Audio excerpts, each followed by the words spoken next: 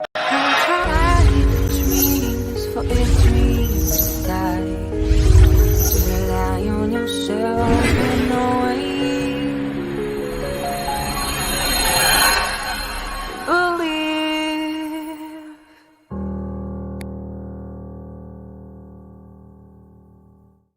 Good morning. Hopefully, everyone's doing well today. Welcome to a Friday and the day before the weekend. Um, I decided instead of combining two shows, I'd move the one that was supposed to be for tomorrow to Monday. Uh, so I'll still do it separately, but it'll be on Monday instead of tomorrow or even today. So we'll be getting straight into the armor conversation. Um, so yeah, let's get to it. Was gonna say something, but I'll hold off on that one. Ephesians 6:10. We'll get right into the reading.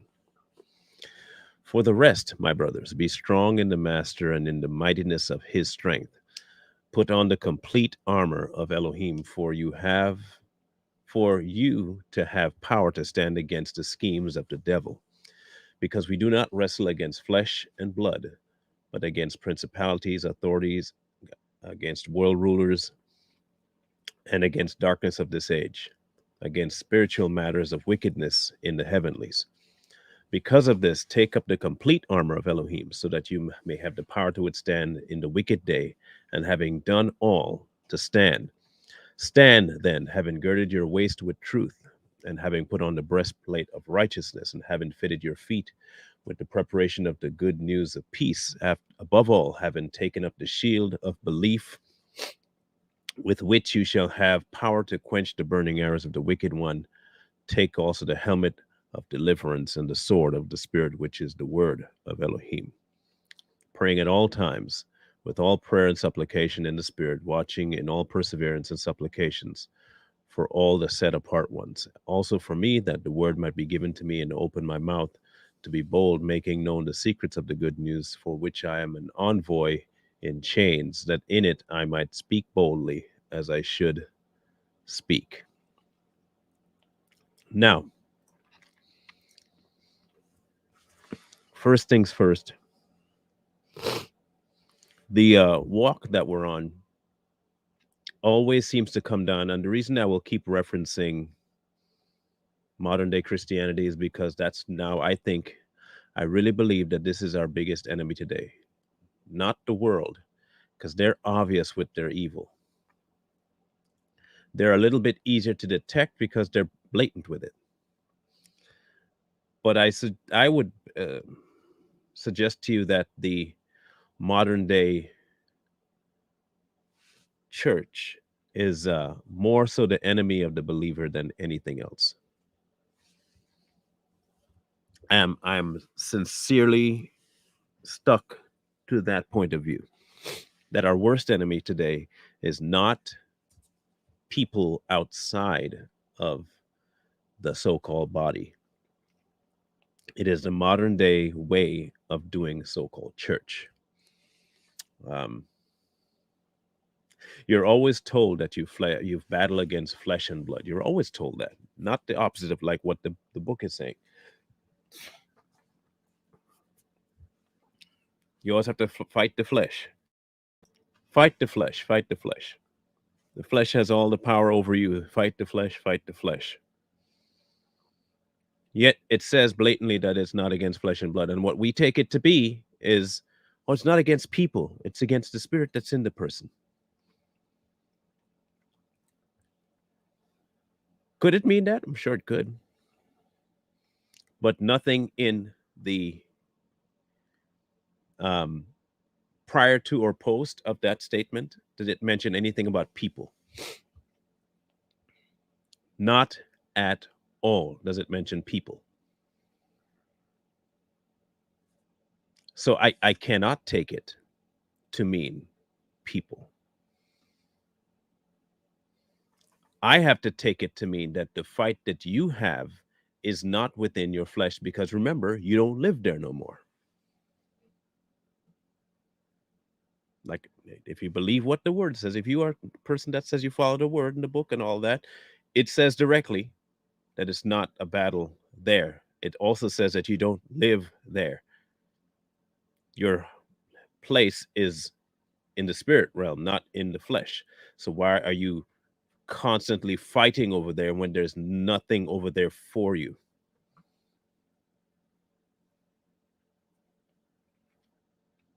And what good is spiritual armor if you're fighting flesh?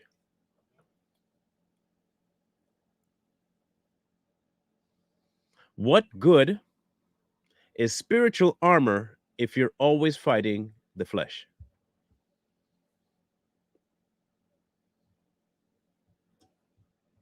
We literally love to try and make this Christian walk something that we can do. We have power over. We have the desire to do stuff. We, us. And yet none of the gear that you put on has anything to do with you. Not a thing to do with you. Not one of the pieces of armor need your help. Not one.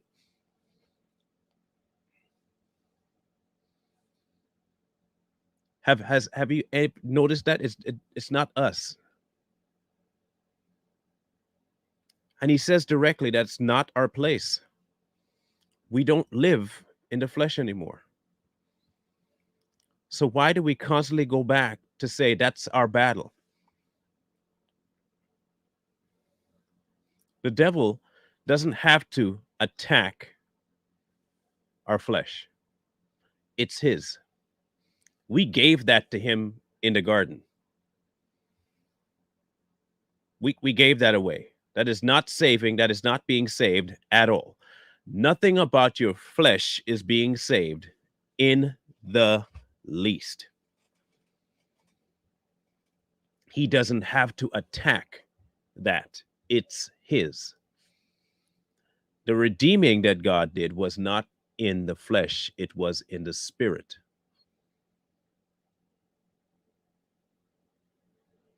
We constantly go back to the place where the devil's playground is to try and fight a spiritual battle when that's not where the battle is.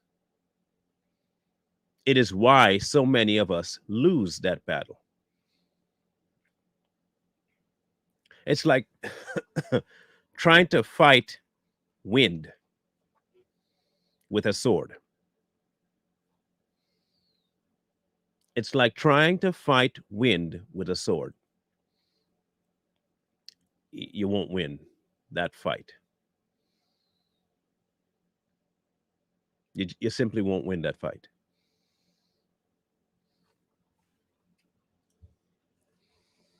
He said to put on the complete armor, right? So you can have the power to stand against the schemes of the devil. The schemes of the devil is to try to take your mind away from what Christ has accomplished and to put the emphasis on what you fight every day. Hear me out. Now, this is going to disappoint some because if you're stuck on the organization of the church, and I don't mean God's version of the church, I mean man's version of the church. If you're stuck there, this will upset you. Very much it will upset you. I'm just giving you that pretext now, you'll be mad. The devil is more than happy to allow you to think that your flesh is where the battle resides. He'll be more than happy to let you believe that what Christ accomplished is not strong enough to curtail the flesh. Because he will keep you believing that in the flesh is where your battles belong.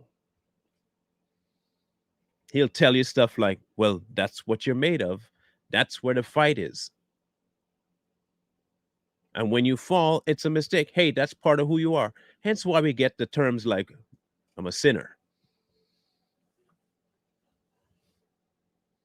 I'm a sinner. Saved by grace.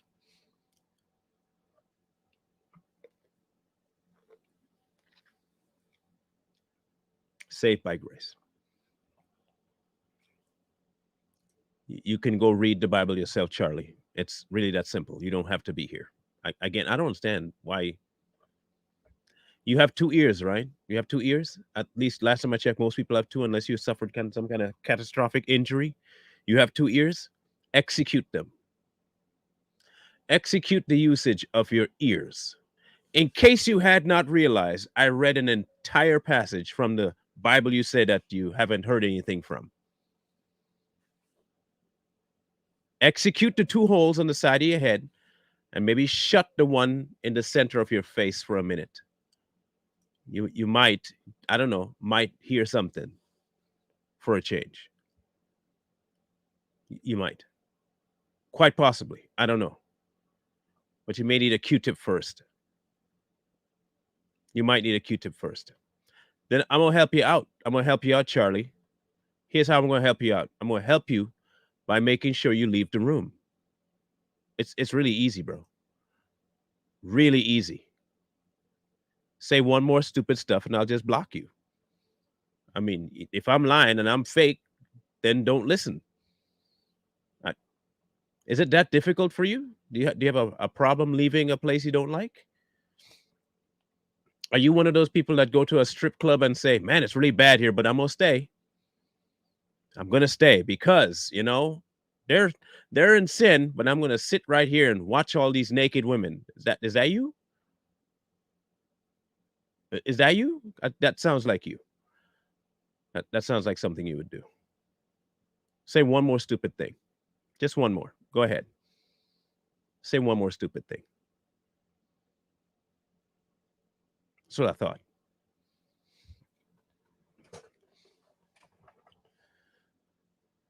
One more stupid thing. The devil will be more than happy to keep you living there. He wants to keep you living in the fact that your flesh is where the battle is and everything happens there. And don't worry about the spirit. If you can't fight the flesh, then it must mean that your spiritual walk isn't strong enough. That's what it means. When you keep falling, it's because you're just not strong enough spiritually to fight off the flesh. Where does adultery happen first? Where does that happen? Where does most sin occur first? It occurs somewhere that has nothing to do with the body, nothing to do with the flesh. It happens in a certain location that's only controlled by God. He said the mind set on the spirit, and then there's a mind set on the flesh. There it starts in the mind. So if it starts in the mind, why would you be fighting residual battles in the flesh after the battle? You've already lost it. Just to be sure, you've already lost that battle if it comes down to you having to fight it now in the flesh. You've already lost the battle. Because what you didn't do was take your mind and set it on the things of the spirit. When you don't do that, it's easy for mankind to say, yo, man, this flesh I'm in, this flesh and this flesh and this flesh, that's where all the battle is. I just got to keep fighting. No, he directly tells you where to place your mind to have the biggest impact in your life. He already told you that. That ain't nothing new. That's in the book. Like if it's, he repeatedly tells you that. So if the battle is lost long before the flesh steps in and the flesh is not redeemable, why are you expecting, listen carefully, why are you expecting victory in the flesh?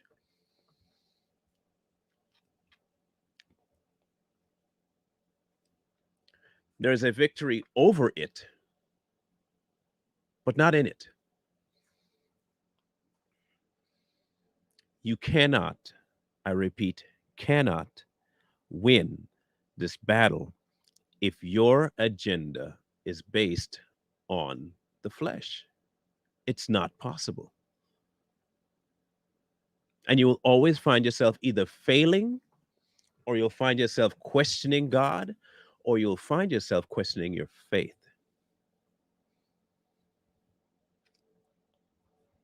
And the armor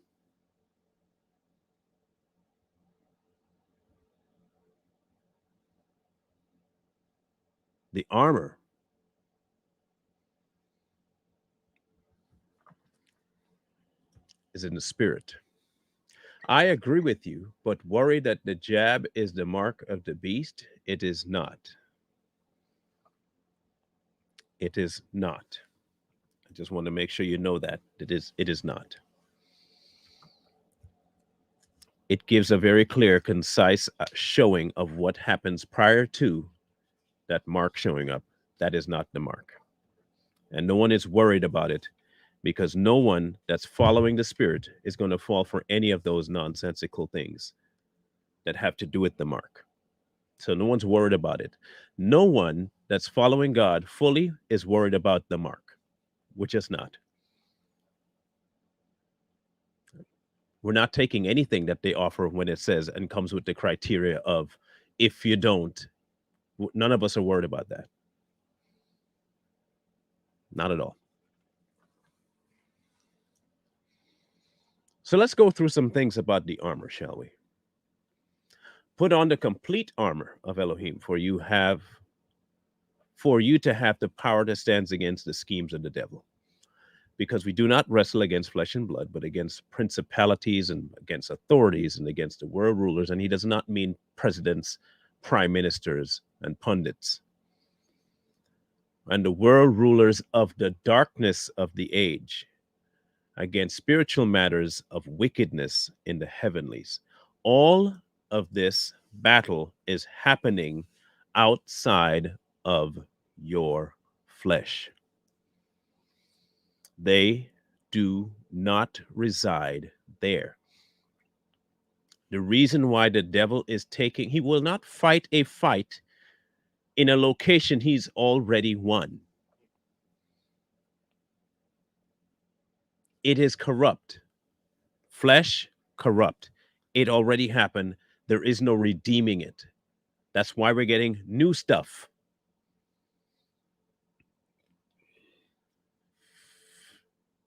The devil is after the fight of the spiritual world.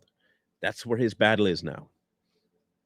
He is trying to tell you that the life you're living in that spirit, God's spirit, is insufficient. That's the wilds. It's called the scriptures. You can find it on Amazon.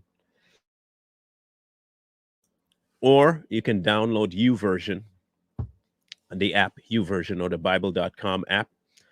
And in the Bible.com app, it will be listed as TS 2009.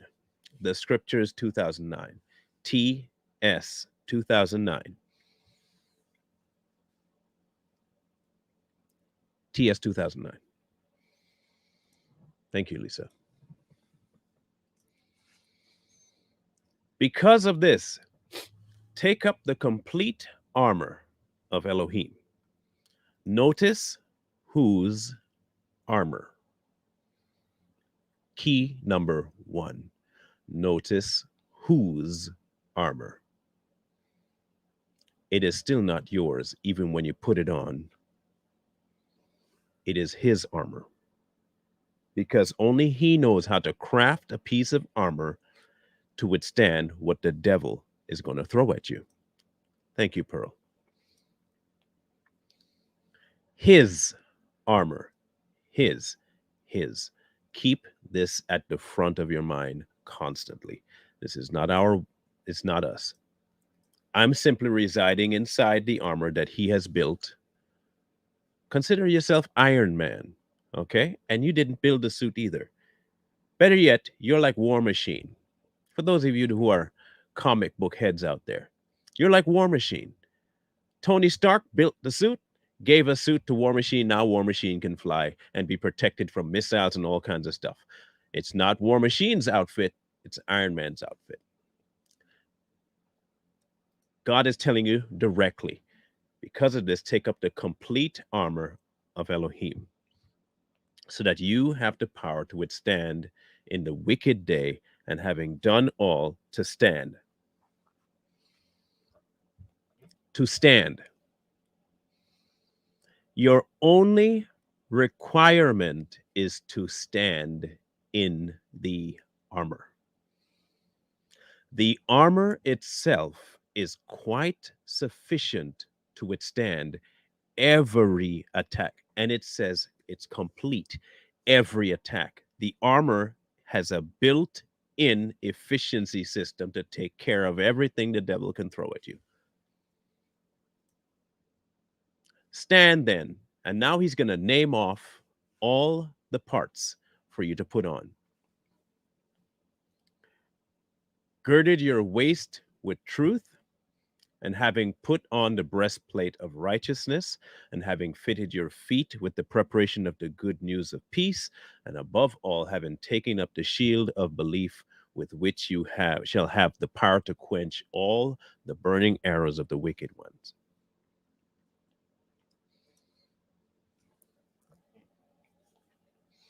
Why does the truth go around your waist?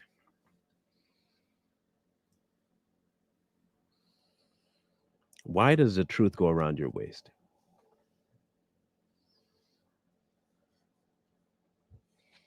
Anybody know why the truth goes around your waist? And why righteousness goes on your breastplate? Anyone know? And why is your feet carrying the good news of peace?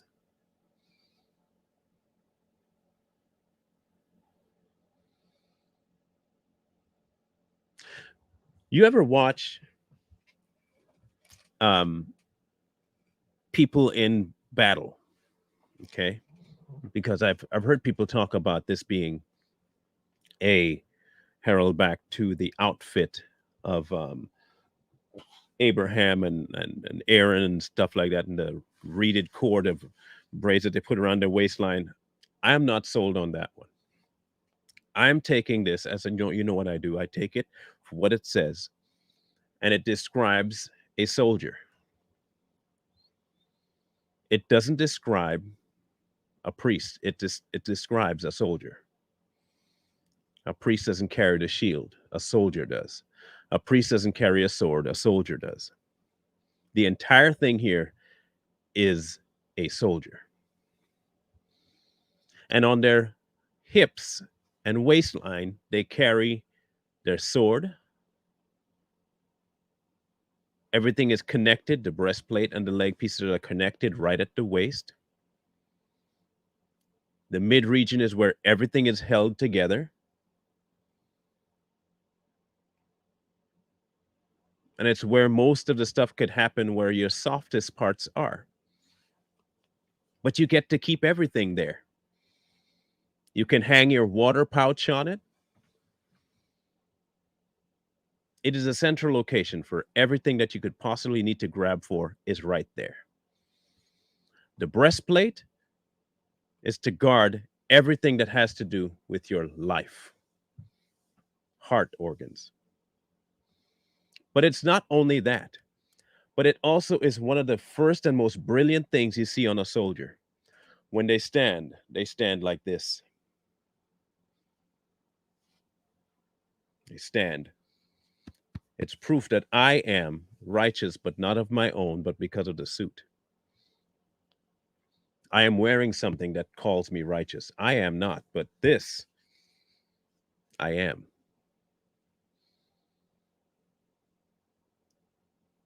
Wherever your feet goes, it must carry good news.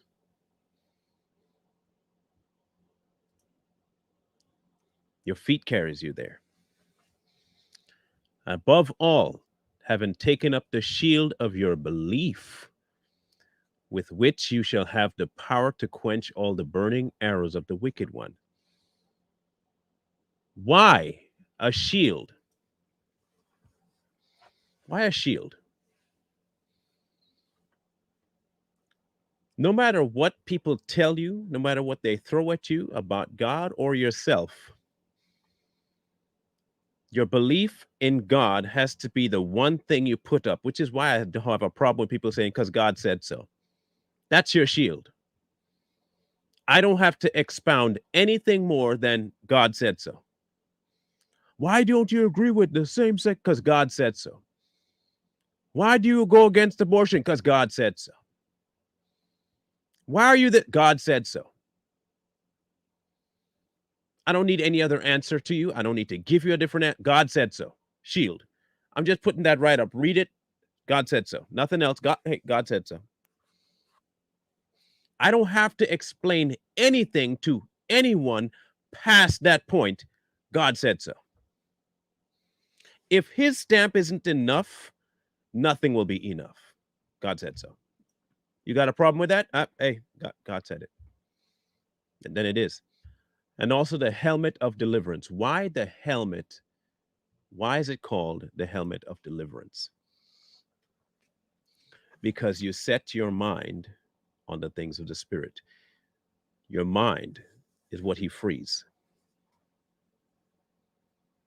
Because everything happens there. He hands him over to a reprobate mind. Set your mind on spirit. It's the helm of deliverance. All of the pieces has a specific directional use, and the sword of the Spirit, which is the word. Now, people will say, oh, see, then you have to always read the book and always read the book and always read the book and read. I'm not saying no. Read all you want.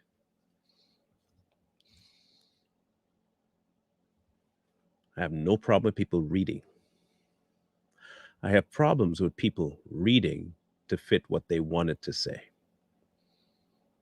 If you do not consult and have the Spirit, how are you going to decipher the word? Look, I am not, as I've been saying before, I am not in any way, shape, form, or fashion more imbued with any knowledge than anyone else. I am not. I take a very direct approach to the word because either you believe that he preserved it in one way, shape, or form or fashion, or he didn't.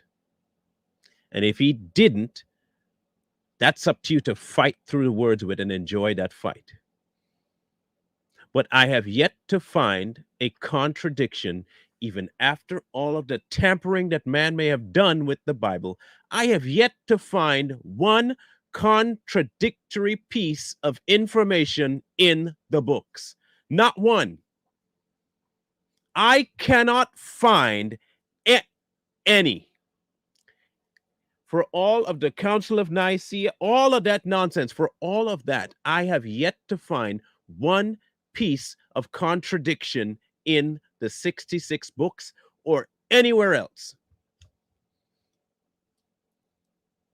Not a single contradiction. So one of two things has to be true. That no matter how many pieces man puts their hands on, it's not going to be affected because it's God's word, or all of it's a lie.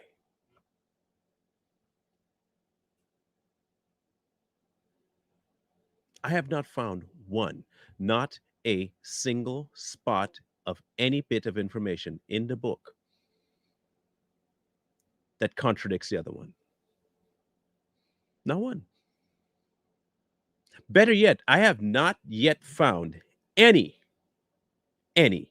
information in this book, all 66, about God himself that contradicts anything about him. All of the prophecies about Jesus all of the statements about who God is, not a single contradiction. And we are talking about thousands of years of men putting their hands on it. So either you take what he says or you don't. Period. Hands down. And either he is, now here's a bigger part, either he is God and he can indeed talk to you like he says through his spirit, or he cannot. And in that case, do as you will. Do whatever you want. Feel free to live as you feel. If it's not true, don't follow it. If it is true, follow it. If he tells you that the Spirit will impart all knowledge that has to do with him, then he probably is right that you need to have the Spirit. And if you don't have the Spirit, then do what you got to do. He's not a pleaser of people. He doesn't have to please your way of doing things. He doesn't. He has a method that's worked. If you don't want part of that method, don't join it. But the armor is very set. The word, so called word, either is a sword or it's not. And either he can impart his word, like he says in the book, through his spirit, or he doesn't. Either he left the spirit or he didn't leave the spirit. It's not up for debate. Follow one or the other.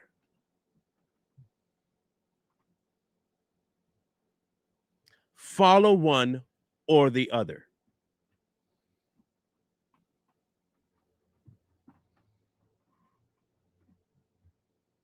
Our problem is that we like to go half and half. We want to make sure we keep up the appearance of something, and we still want to have the battle so we can say that we've conquered something. In the first place, you have never conquered, nor will you ever conquer anything. The reason why Jesus was even sent was because you could not conquer anything. You did not have the power to even fight a serpent in the garden. You think you're going to have a power now all of a sudden to fight everything he throws at you? No, no, you can't. You can't. It is why it's a losing game trying to fight anything in flesh.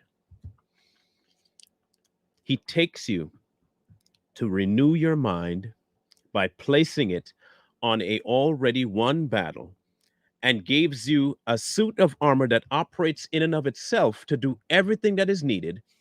And he's the one leading a battle where you just stand. All you're doing is just standing there, and everything around you is just falling.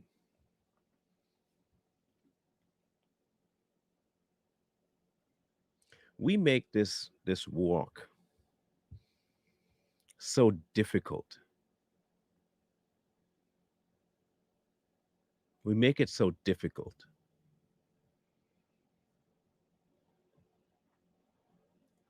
That it's become now like a poverty mindset. It's like there's a poverty mindset now.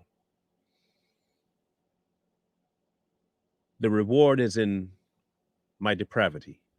The reward is in my supposed fleshly weakness, not in the power of Christ, but in my weakness, my weakness. And we love to rejoice in that. The reason that Paul might have said, I rejoice in my weakness, wasn't because he was looking at his weakness, but it was he realized that his weakness was nothing compared to the power of Christ. That was not his emphasis, was not on this, oh, I'm so weak, I'll rejoice. No, no.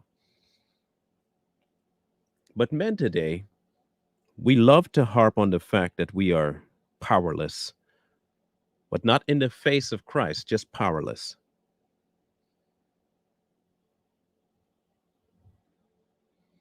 Powerless. I've already tackled the food issue and I don't need to tackle it anymore. When he dropped that sheet, I'm taking that sheet literally. Anything he made, I'm going to eat. Case closed. See how easy that was? Whatever he made to eat, I'm going to eat. He dropped the sheet in front of Peter. I'm not looking to Deuteronomy or Leviticus. I don't live there. That's not mine. I don't live under the old law. I'm under a new one. And he said, here, don't call anything I made unclean. It ain't unclean. There you go. I'm going to eat it. See how simple that was? Very simple. 5-second lesson. Anyone who wants to read anything else into it, have fun. Go ahead and don't eat what you don't want to eat. It's up to you. If your spirit don't rest with it, don't eat it. Me, I'm going to eat my bacon. I'm going to eat my ham. I'm going to eat my pork. I'm going to eat my shellfish, eat my crab, eat my fish. I'm going to eat it all. I'm eating everything. Plain and simple. My stomach likes me and I like my stomach. I'm going to eat it. In any case, back on track. I had to answer that question. Our weakness is to help us understand why we cannot fight in the flesh. Not why you live there constantly and have to fight it. It is telling us why you cannot fight there and should not live. If it's weak, if your flesh is weak, what benefit is it to live there?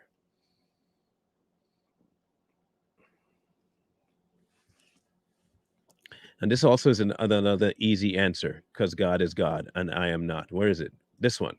Because God is God and I am not. This is a very easy answer to that. Because God is God and I am not.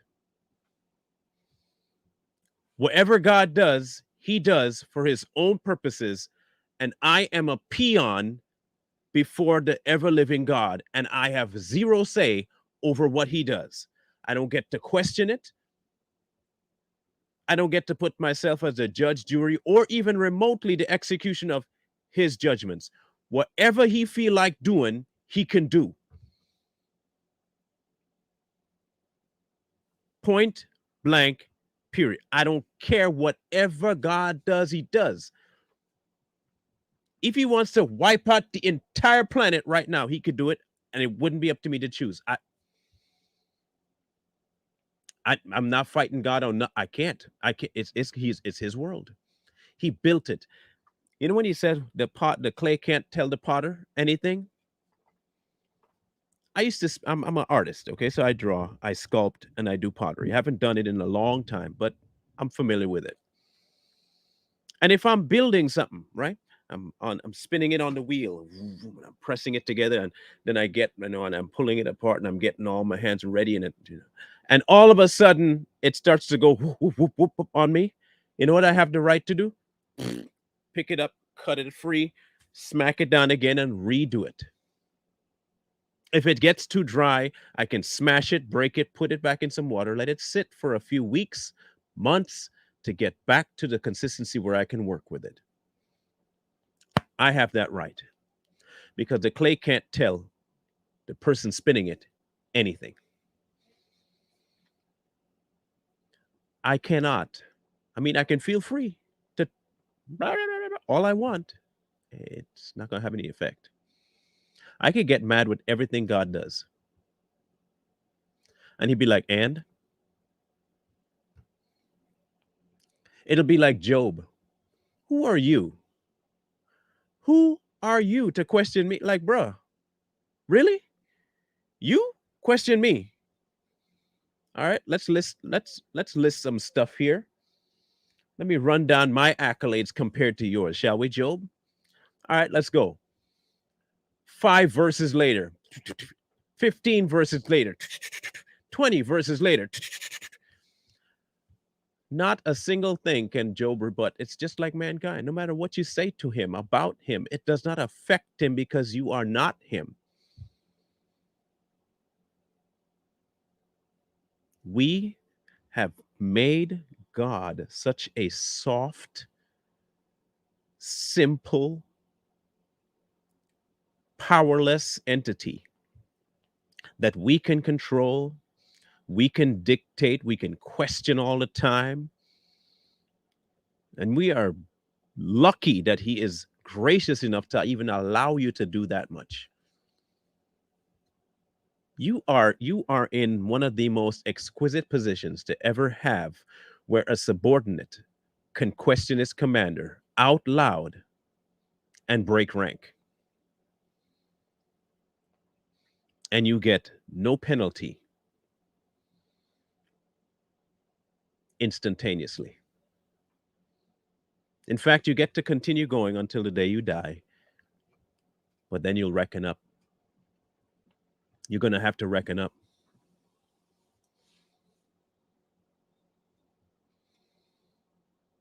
This armor is also not to be hidden in a room. The only way that armor is solidified in your mind as worth anything is by being out there.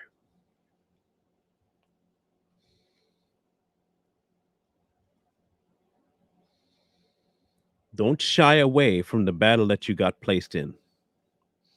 The reason you don't have to shy away is because of the armor you're wearing, and because of who crafted this armor, who has imbued the armor. You don't have a thing to worry about wearing this armor. You don't have a thing to worry about.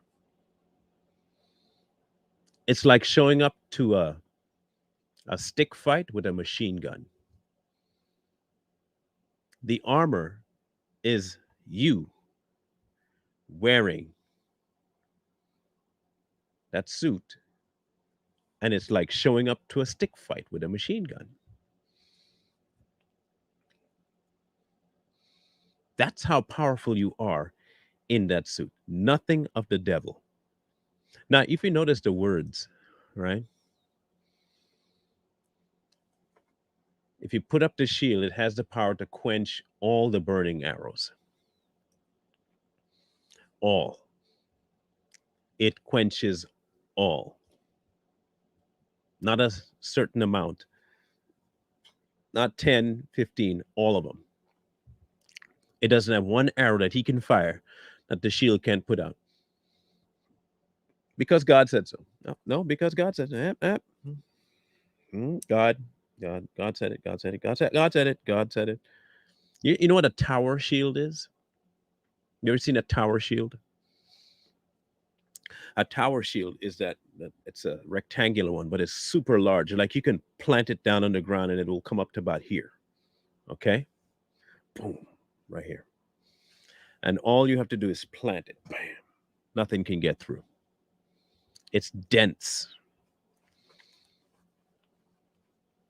Some of us walk out there with our little bucklers. I'll put something right here.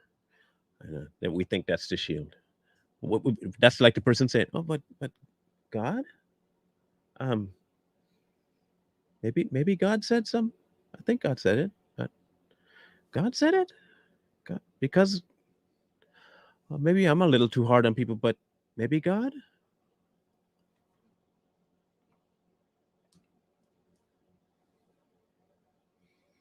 What? The shield itself is the strength, not you. The shield. The breastplate is the righteousness, not you, not your chest. The breastplate. He covers your mind. All of this stuff is his doing, not yours. You're simply submitting to wear it. You're simply trusting him to do what his job is. You are stepping into his kingdom. You are stepping into his might. You're putting on his armor. You're being strong in him. You're being strong in the mightiness of his strength. He always puts the location for you. You have never seen one time where he says to stand in your own faith.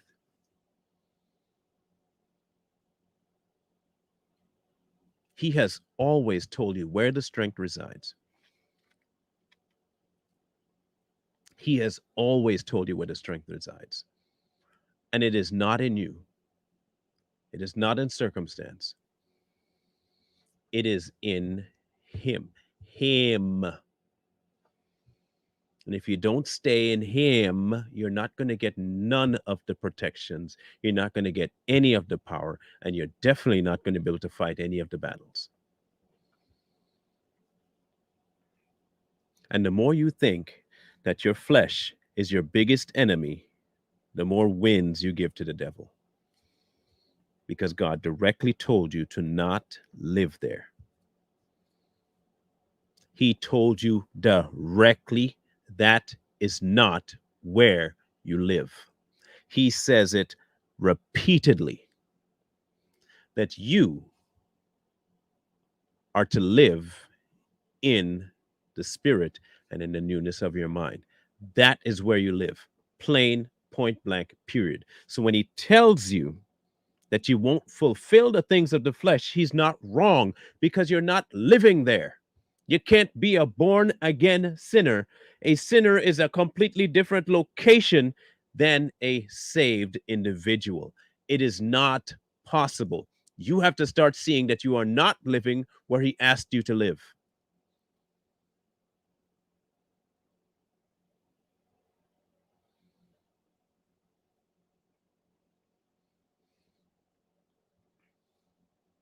It does not stop the devil's attempts, it nullifies them.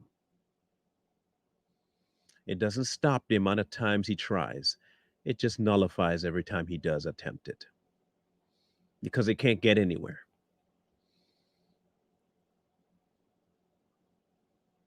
It can't get anywhere. When he keeps telling you to look, you're living in the flesh. Yes, this is exactly where I reside until the day I die. But I'm not focusing on that. I'm living a completely different, I'm in a whole nother room, not even worried about this. This is going to end. I get it. It's going to die. Perfect. It's going to rot. Perfect. That's what it deserves. But I'm not there anymore. I'm not there anymore.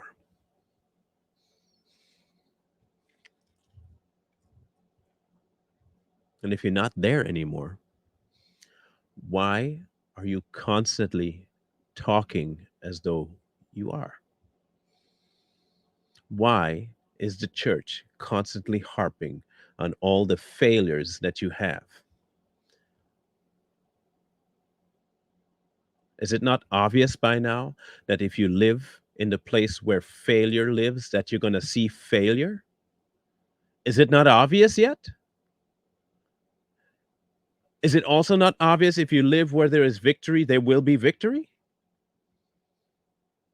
Or is it only when you feel like you deserve victory, you go live in victory?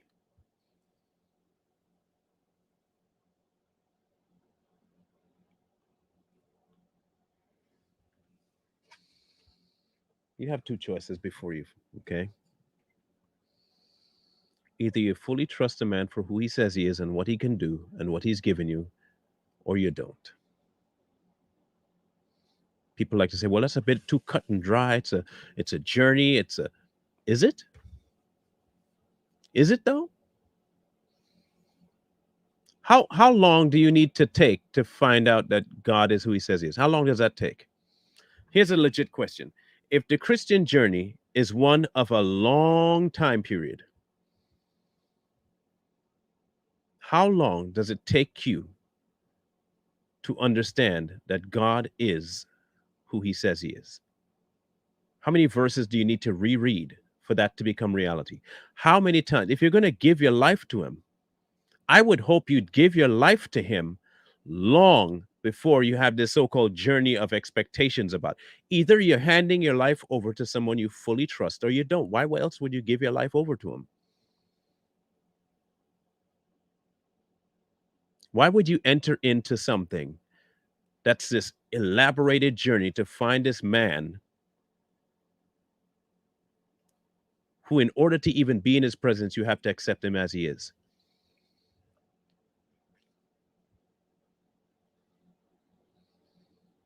How long does it take you?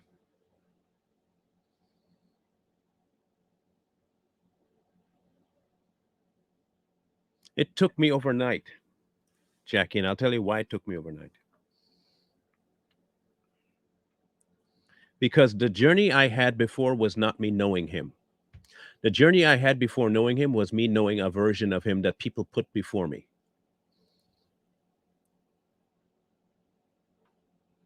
Now, I can tell you unequivocally that he had called me directly to know him. I didn't. Why? Because I let what I had heard from people who read from the book. They read it to me from the book. I had listened to people about who they said God was, who they said he was, until he just smacked me square to the face himself. And when he did that, all bets were off.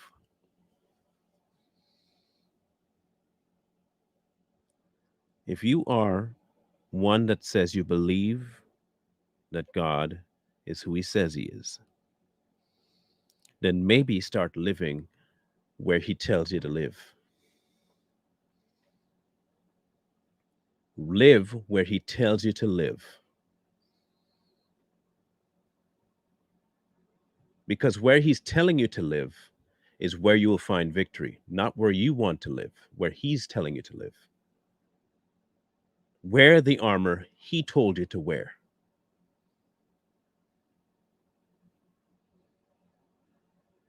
Do what he says. Because if you're going to follow him and do what you say you're not following, you are the insubordinate ranking officer. You're just standing there doing what you want while trying to hold the office of a member of God's army. Meanwhile, people who might be below you are watching you being defying of the great God and think they can do the same thing.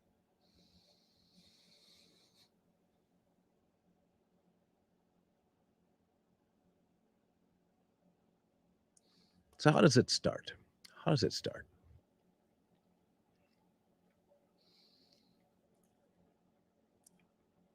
If you are reading the Bible right now, okay, say you're out there, you're not a believer, you don't know about this God, but you have a book and you start to read the Bible, and none of it makes sense, which it probably won't. But if it doesn't, and it starts to make no sense to you, but you're just reading it because you know it's a book. Here's a crazy idea. Okay, just hear me out. A very crazy idea.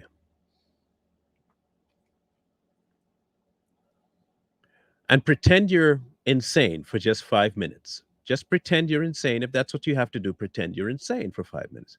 Or even if you're defiant, do it for 5 minutes. And I'm only giving you this bit of advice because I know what it does. Trust me, I know what it does. Challenge God to show himself directly to you. Challenge him.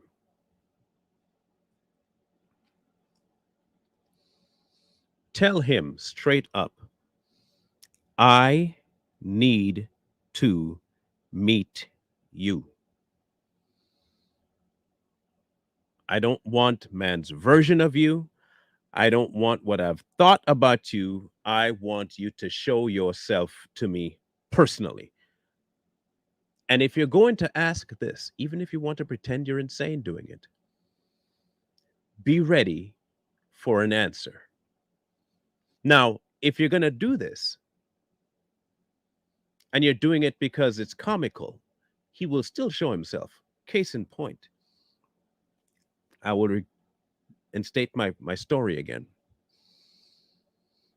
In 2004, I was so in the throes of a certain addiction that it permeated every aspect of my life. It was everywhere. It was in every thought I had. It was in every action I did. Everything I did was in an attempt to get to that fix again. And I mean everything. Everything I did was for that fix. I cannot stress that enough. Every step was for that fix. And I got sent to this facility for 6 months. And the very first day I was there, I was mad. And I mean livid. And I now understand why I was so mad. Not drugs. No, it might as well be a drug, though. The facility itself wasn't filled with men that were seeking God necessarily, but the men that were there in charge were every day before God. And I don't mean every day before God with, you know, a prayer for this person. I mean, they were inundated with Him. And you could tell. And it explains why I felt the way I felt at the instant I landed there, because there was something I was doing that was completely opposite of the spirit that was there. I can tell you now that what I was living was not anywhere remotely close to what that facility was about. I will say that right now. What I was living was completely against what was in that facility. Get there the first day. It was a Wednesday. I remember specifically got there around 4 o'clock on a Wednesday. This was in March. Still cold.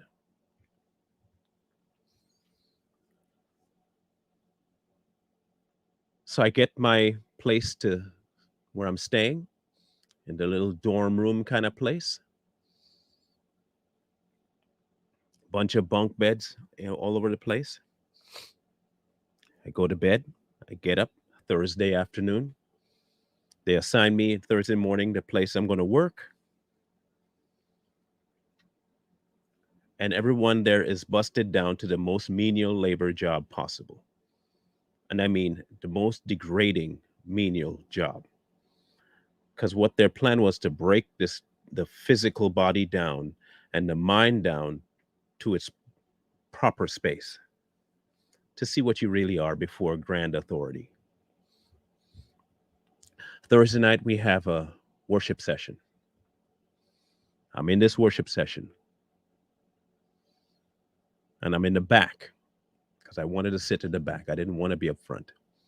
And they're just singing their hearts away. And I'm in the back, they're just fuming. When I say I was mad, when I tell people that you have not seen me angry, I'm not lying. You haven't seen me angry. What I'm going to tell you next will prove to you that you have not seen me angry. I sat in the back there, and all I can see was red. And I mean blood, not red the color, blood. Blood on the wall, blood on the floor, decapitations, stabbing people. I was doing all of this. I had a machete in my vision. I was just killing people. And I'm dead serious about killing people. I was in my mind going through everyone with a machete, just destroying them, just killing them.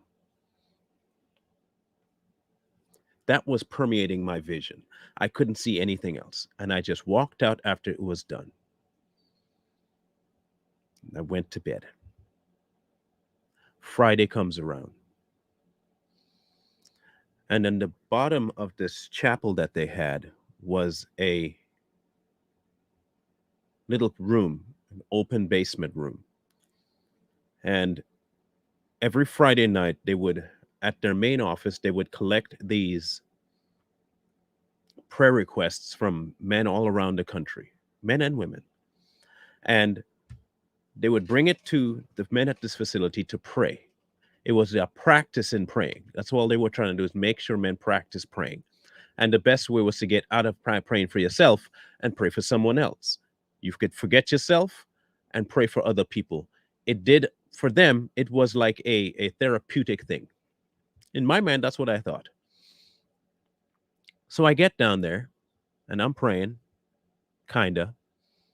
I close my eyes, I should say.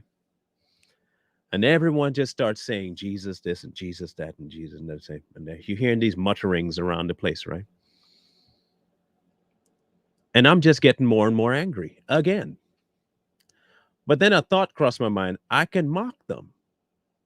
That'd be the funnest thing is I can do exactly what they're doing, but do it louder than them and mock them. Now, anyone who wants to tell me that the translation of Yahweh and Yeshua and all that stuff and all these translations and his name wasn't Jesus, think what you want, bro. Think whatever you want. Whatever you want about his name being Jesus and it's not Jesus and call him by his right. Whatever you want to think about that, think about it. I'm going to tell you my story because I know it to be true. Okay. I started to mock the name of Jesus. I was doing what they did. And I was just saying it and, and I was just laughing about it in my mind, just saying it over and over and over and over and over. And before too long, things were wrapping up. I had a watch. It was 2 hours had passed. 2 hours had passed.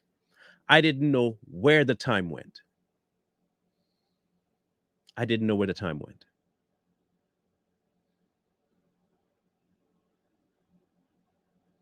But in all that time, all I was saying was Jesus. That's it. I didn't say anything. I didn't pray for anybody.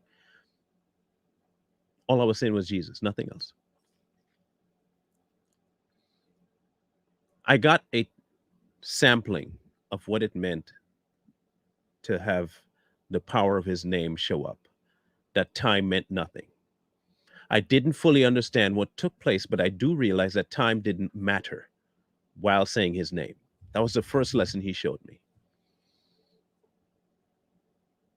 And then later on, I had another event where I wanted to say something to somebody and I couldn't say it. In my head, I was going to say something really filled with vitriol and I couldn't say it. I could not let it come out my mouth. And I was hearing myself say something I didn't want to say. I'm going to say that again. What I started to say was not what I wanted to say. I spoke forgiveness over the person I was talking to. And I did not want to forgive the person. I'm going to say that again. I did have no want to forgive at all. And the only thing I could say was, I forgive you. And I was so mad when I hung up the phone that I couldn't say what I wanted to say because I was still mad, by the way. I went and talked to my counselor and I said, what is up with that? He said, you need to go pray about it. And what's the last thing I wanted to do was go pray about it. So I went and prayed about it. Crazily enough, I couldn't even pray what I wanted to pray about it. All I could do down there was say Jesus' name again. Now, people could say that's just, you trying to, y'all can say that if you want. Like, I really don't care what you feel about the story. I'm just telling you what the story was, what my life, what I know happened to me. And even after all of that, even though I tasted just a tad bit of what he could do when I wasn't even wanting it, it still didn't compel me to want it.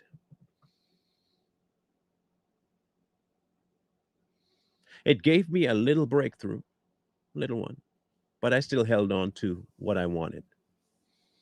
It wasn't until 5 years ago, 4 years ago, maybe 5 years ago, 6 years ago, 5 years, that the break finally happened. And it wasn't this I'm free kind of thing. It was, I could look back at all the instances of him showing himself to me, and I ignored it. And he kept showing himself, and I ignored it. And he kept showing himself, and I ignored it. And he kept showing himself, and I ignored it. And then he finally showed himself, and I gave in. He will pursue, but he has said that there will be a time where he'll no longer do that. The time hasn't showed up yet. But if you ever want to test whether or not what he is saying makes sense, if you ever want to test him to see if he's real, fully test him. Challenge him to show himself. Challenge him to prove himself to you. He is all about that. That's like He loves that. He loves proving himself. And it may take you some denial, and not denial because you don't think it's him, denial because you don't see why he would come.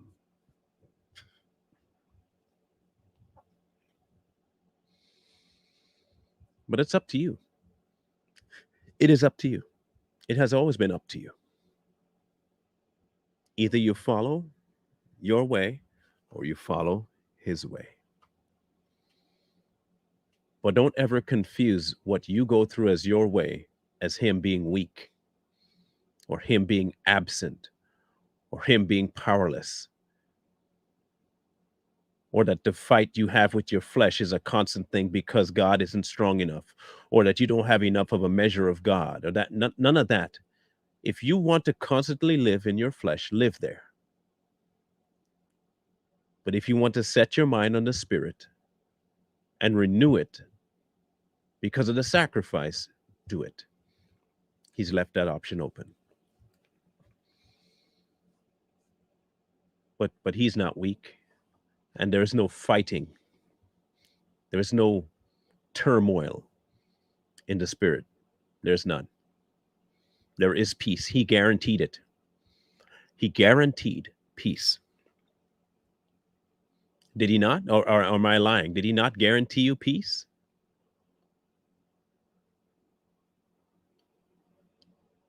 Did he not guarantee you rest? Was God lying when he said that?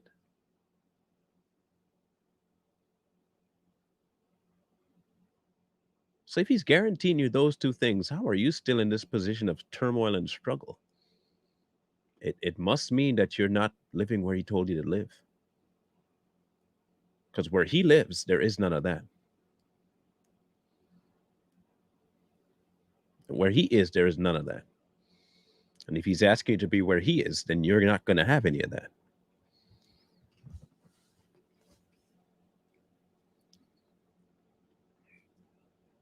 Plain and simple.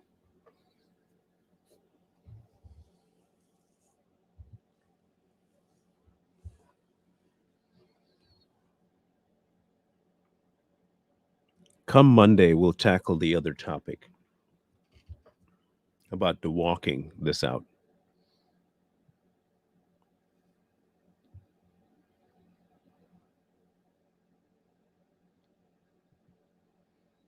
We will talk about that.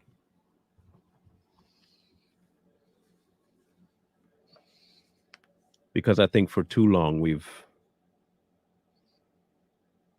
relegated this Christianity thing to a culture and to a belief system and to, oh, it's what church you belong to, and that is not the walk. That's not the walk.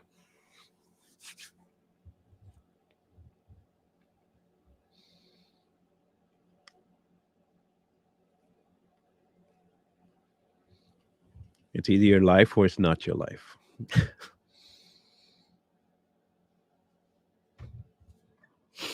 There are tons of people who've had dreams in the Bible, and they've all been interpreted by somebody. I don't put a whole lot of emphasis on dreams. I mean, people have told me of some, and he's given me some kind of insight into it, but I don't have a dog in that fight necessarily. Um,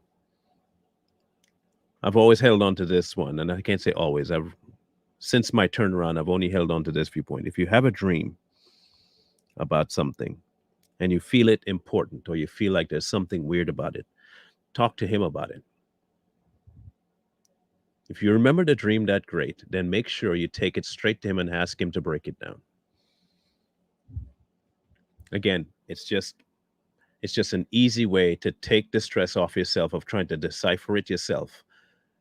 If he placed it in you, in your mind, ask him to break it down. And if it was something else that placed it there, ask him to break it down. He will do that for you because he's guaranteed the conversations already. Consider it an invitation to have a conversation. Consider your dreams an invitation to have a deep conversation with them about anything and everything. You know, when your kids come to you about a dream they had and you try to comfort them because of the dream, or they'll dream about something and in your mind, you know it's about something that happened the day before, and you can easily decipher something going on.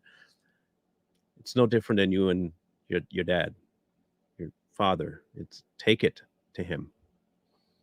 Just take it to him. He'll decipher it to you. It's not going to be a chore for him to do. Like at all. I think our biggest issue is that we don't trust him with our life. We'll trust him with one or two things, but we'll not trust him with our life. Something might be in the way of you saying, well, that's an awful big trust. Yeah, but he's an awful big God. So why not trust him? If you can show me where he's failed, I can say, well, maybe you have some reason not to trust him. But no one has yet been able to show me where God's failed anything. Ever. Like at all. Not a serious play. Not one.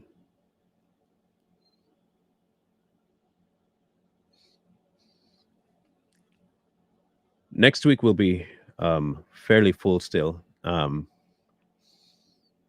We are going to talk a little bit about the efficacy of the Bible itself, even though I've talked about it before. Throughout the week, I'll be mentioning some things about it. But I still haven't had my line out for next week yet. The only show that's been set in stone right now is Monday. And Monday is about the walk. And that's in chapter 6. 6, 5, one of those two. So don't stress out about that. We will be tackling all of that next week. I just have to figure out the order next week. And as soon as I figure that out, you guys will know. Just so you're aware. Thank you again for tuning in. Really appreciate you guys' time. We're going to have a later start tonight on Too Strong. I think we're going to be at 8:30 instead of 8. So just look for that. And we also will be having the mix tonight as well. So look for that on Too Strong. Next Wednesday, we'll be talking on the Savage Patriots about this Republican woman that got killed. And we'll be talking about the ousting of Ilhan Omar and all that stuff. So that's the political side. But as for those of us who are ready to get moving on our walk, please just talk to the man. Talk to the man himself. Because if you don't, you're not going to know who he is. And you're not going to know what he wants. Even if you have not and refuse to pick up the book itself. Even if you don't pick up the book, talk to the author. Talk to the author. That's all I can tell you. Thank you guys for tuning in. We'll catch you guys on Monday. If you come back to Straight Talk, and we'll catch you guys on tonight for Too Strong and the Mix. Wisdom calls to you from the streets. Please find wisdom. Peace. Hold tight the dreams, for if dreams die, rely on yourself.